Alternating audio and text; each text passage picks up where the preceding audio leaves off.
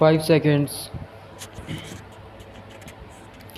We have gathered here today to observe International Literacy Day 1998. This is an occasion when we reaffirm our commitment to making every Indian literate.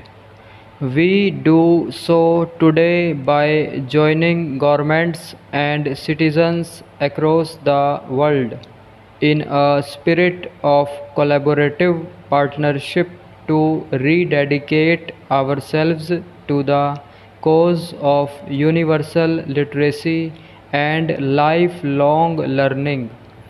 September 5 is a day of affirmation and action, both nationally and internationally, to create a fully literate planetary population in the early years of the 21st century. Literacy is a fundamental human right of every citizen. It is the lamp that lights the path of knowledge and progress in a person's life. It also enables every citizen to make their full contribution to the progress of the nation and the human race. For us in India, International Literacy Day sends a far more urgent message. India has the largest number of non-literate people in the world, about a third of the world total of around 900 million. This reality is unacceptable to any sensitive and patriotic Indian. It is antidote to the fact that India is the land of the world's oldest living civilization, which has always worshipped knowledge and learning. It is also totally incompatible with the determination of today's resurgent India to emerge as a strong, prosperous, and self-confident nation, claiming its rightful place in the world community. We recognize that a country full by millions of literate citizens would be intrinsically less equipped to cope with the challenges and opportunities of an intensely competitive world. In order to live and thrive in a knowledge driven era, we must create a nation of fully literate citizens. At the same time, I wish to dispel a misconception that often clouds some people's understanding of the problem of illiteracy in India. Many of our fellow citizens may be non-literate, but they are by no means devoid of education. Our non-literate brethren among tribal, Dalit and OBC communities are repositories of amazing knowledge and practical skills acquired through tradition based or occupation based self learning.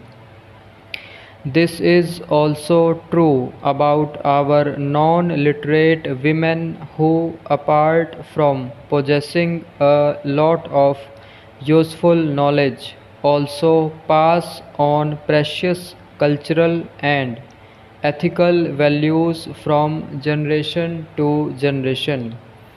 I say this not to belittle the importance of literacy or the urgent need to eradicate illiteracy but to understand our existing knowledge. Our literacy programs have the best chance of succeeding when they are based in the soil of people's actual experiences and aspirations. We should also bear in mind that economic development is not an automatic guarantor of literacy and education. This is evident from the fact that even a rich nation like the United States of America has as many as 40 million people who lack the reading and writing skills. This surprising fact suggests that developing countries like India must evolve literacy and education programs that conform to our own needs, resources, and traditions. My government is committed to according the highest priority to eradication of illiteracy. We have pledged in the national agenda for governance that we shall seek to provide education for all.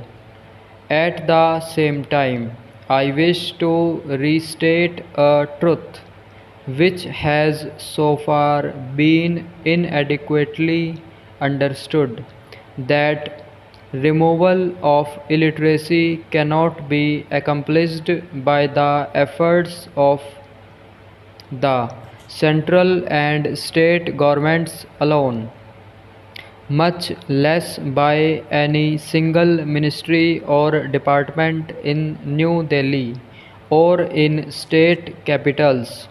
It demands the collective and coordinated participation of all sections of society: governmental agencies, non governmental organizations, religious and cultural establishments, student and youth organizations, business community, and the media.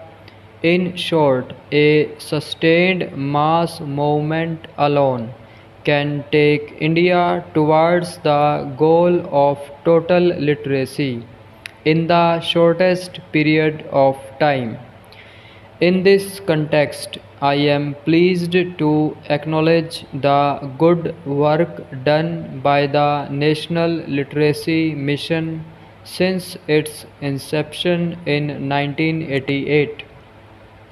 The country has gained valuable experience from the total literacy campaigns launched in the early 90s.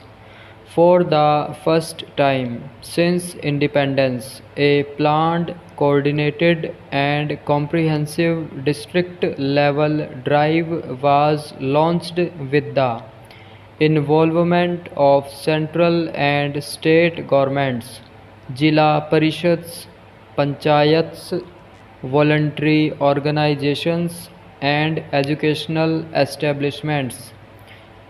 Through massive participative mass campaigns of total literacy, we have been able to make over 68 million people literate, 60% of whom are women.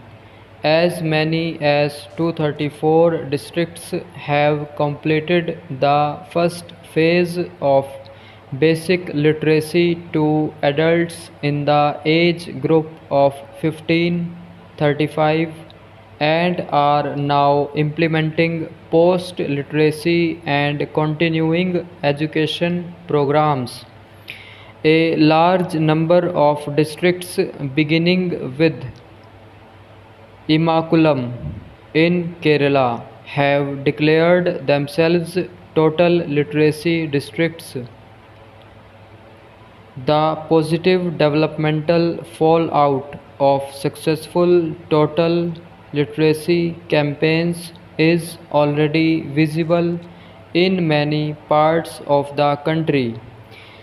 There has been an increase in the demand for primary education, particularly among girls. A significant improvement is visible in practices of family welfare, health, hygiene, and immunization, leading to a lowering of the infant and maternal mortality rate. Greater awareness about the environment and better agricultural practices. Stop.